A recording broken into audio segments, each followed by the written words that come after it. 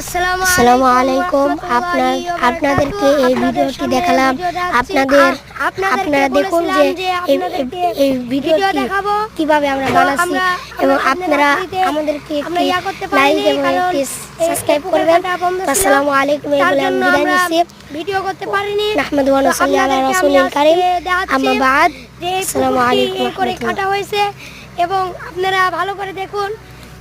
মেলা দর্শক আমাদের এই পুকুর কাটা দেখার জন্য দাঁড়িয়ে আসে এবং আমরা দেখতে পাচ্ছি যে ওই কুড়াতে লোক আছে এবং এই ড্রাইভার এই পুকুর কাটছে।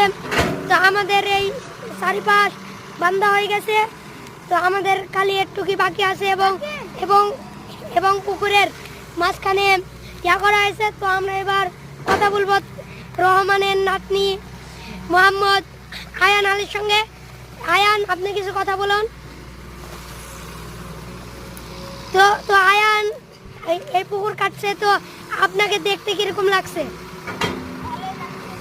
আর আর আয়ান, এবার আপনি মানে কিসের জন্য এই পুকুরটা কাটছে?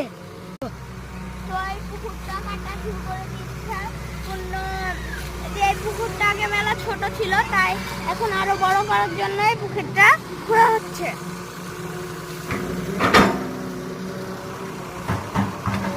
তারপরে এই সাইডগুলোতে মাটি দিয়েছে, সব সাইডে মাটি দিবে, তারপরে ওই সাইডগুলোতে মাটি দিবে। তো দেখতে পাচ্ছেন আমার সামনে দিয়ে কত বড় জফালেতে গেল। তো দেখি আর 3-4টা যদি আপনাদের সঙ্গে ভিডিওটা শেখতে পারি, আর আপনারা ভালোভাবে শুনে নিন। এটা আপনারা এই ভিডিওটা কাটবেন না, সম্পূর্ণ দেখবেন।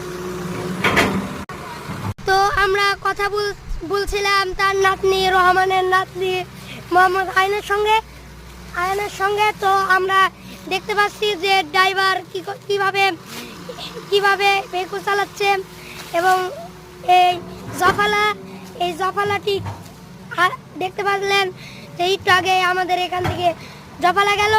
তো আপনাদেরকে এই বলে আমি বিদায় নিচ্ছি এবং আপনারা সকলে আল্লাহ তাআলার পথে থাকবেন এবং এই বলে আমি বিদায় নিচ্ছি। আসসালামু আলাইকুম। এবার আমরা কথা বলবো মাসুমের সঙ্গে। তো মাসুম, আপনাকে এই পুকুর কাটা দেখতে কিরকম লাগছে? ভালো লাগছে। এবং আপনি আয়নের কেটা হন? তো এই পুকুরটা বড় করার জন্য কাটছে না জমির জন্য কাটছে?